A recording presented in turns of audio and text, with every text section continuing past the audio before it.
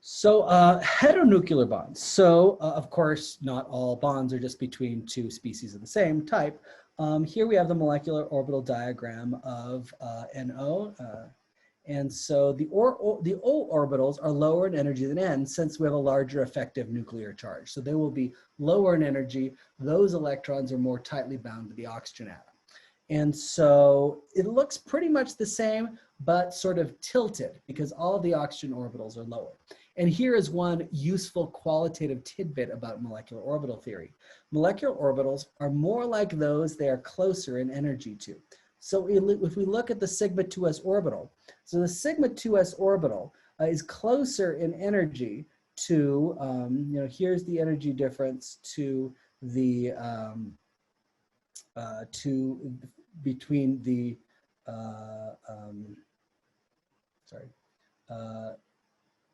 the difference in energy between I'm just trying to show the middle of this box and the middle of this box, whereas this energy difference between the nitrogen atom 2s orbital, the parent 2s orbital, and the sigma 2s molecular orbital is larger. And so what we get is that the sigma 2s orbital is more like the oxygen orbital than a nitrogen orbital. So if you see here, the electrons are all sort of shifted towards the oxygen. They're more over towards the oxygen. And that's what we mean by saying that molecular orbital has more O character because it's the sigma 2s is closer in energy to the 2s. So in question, where is the electron in the sigma star 2p orbital? Can we tell from the molecular orbital diagram where that electron is going to be spending more of its time? That's the highest occupied energy level. Remember, NO has an odd number of electrons, so it's got just a spare electron floating around.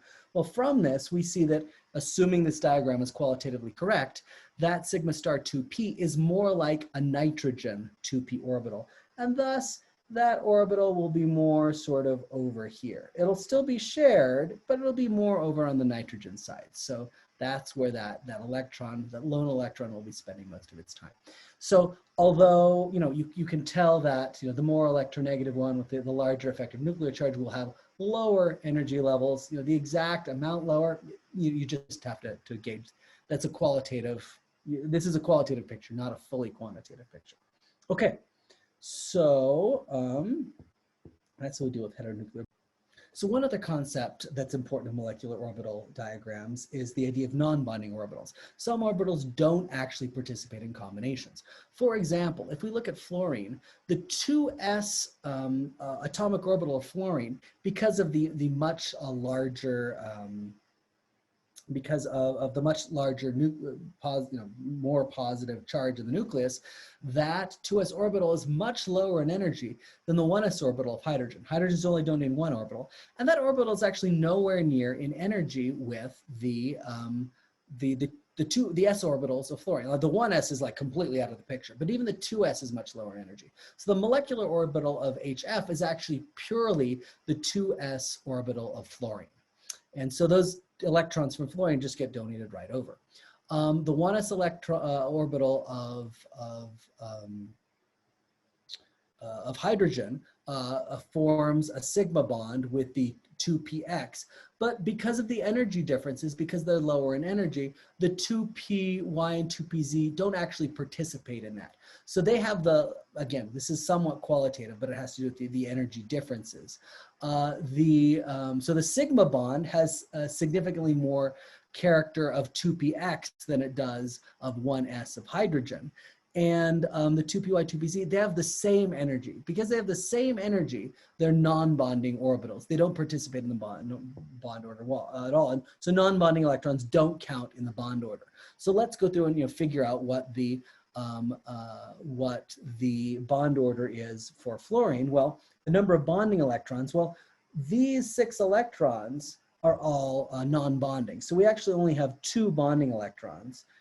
And we have 0 non-bonding electrons over 2, 1. So the bond order is 1 in hydrogen fluoride. So that's the one other feature that you can see is the concept of non-bonding orbitals, how those are unaffected by bringing the molecules together in energy. The molecule neither gains or loses energy as the atoms become closer, and so they don't count in the calculation of the bond order. Okay. So So that's our brief, like, semi-quantitative tour of molecular orbital theory. Now we're going to go with bigger atoms, but it's going to be totally qualitative here. So as we get to bigger atoms, it turns out that if you have orbital overlap, you can create orbitals that span more than just neighboring atoms. So for example, for 1,3-butadiene, you've got pi orbitals that are not being tied up in bonds on all these carbons. And because they're close to each other, you can actually form orbitals with these pi bonds. The one with maximal overlap is when they're all aligned.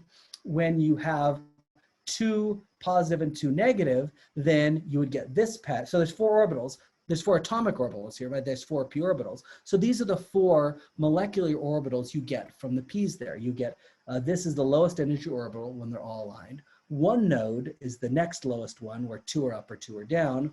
Then the third highest one would have 2 nodes with, positive here, negative, negative, positive, positive, negative, positive. There's 2 nodes, and finally the highest energy one where they're just overlapping. There's 3 nodes there, so that's the highest combination of those 4 p orbitals. But this is in this case, because the electrons you have available, you end up having 4 electrons, and those are the occupied orbitals. So actually, the electrons spend their time. The bond is actually, it's called conjugated. The electrons are moving back, and you have 2 electrons that are moving back and forth across the entire bond, and 2 more electrons that are more localized on just each individual carbon. So that's the concept of how, that is how this concept of molecular orbitals can help us see how electrons can move throughout an entire molecule. One of the cooler effects in this is benzene. It's a famous molecule that consists C6H6. And if you just look at it in terms of Lewis structures and resonance, then you say, okay, well, I've got these 2 resonance structures where I can draw double bonds around carbon, but they should actually all be equal with bond order about 1/2, which is a pretty good approximation. Those are all, one way to draw it is just sort of a dotted line throughout the entire thing to indicate that, all 6 bonds are equal. But it's not just that all 6 bonds are equal. It's that the electrons are shared between all the bonds. So there's 6 p orbitals. So you can actually create 6 molecular orbitals. There's 1 electron in each of those p orbitals. And so the 3 bonding orbitals are filled. And notice the lowest energy bonding orbital actually is delocalized around the entire ring. So you have sort of this cloud of electrons that's around the entire ring. The anti-bonding orbitals are the ones where, the orbitals are, the electrons are just stay on their individual orbitals.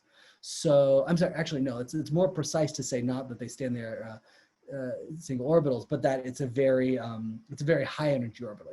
They're all delocalized orbitals, because if you square these, you get electron densities all everywhere. But the lowest ones have even spread throughout with no nodes. Pi 6, there's 6 pi's here, right? There's 6 p orbitals creating 6 pi electrons. It's a very wiggly orbital with lots of nodes in it.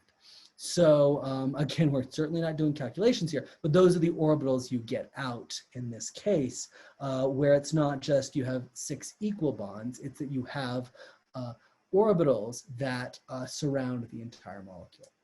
So that's how you can take this molecular orbital theory and start seeing how you can make much more complex and accurate predictions when applying it to larger and larger molecules. And concepts like conjugation and aromaticity become really important in organic chemistry. They govern a lot of how organic molecules can react. Okay, so that's our tour of molecular orbital theory. That's about as complex as we can get without a lot more tools that you may or may not learn later in other classes.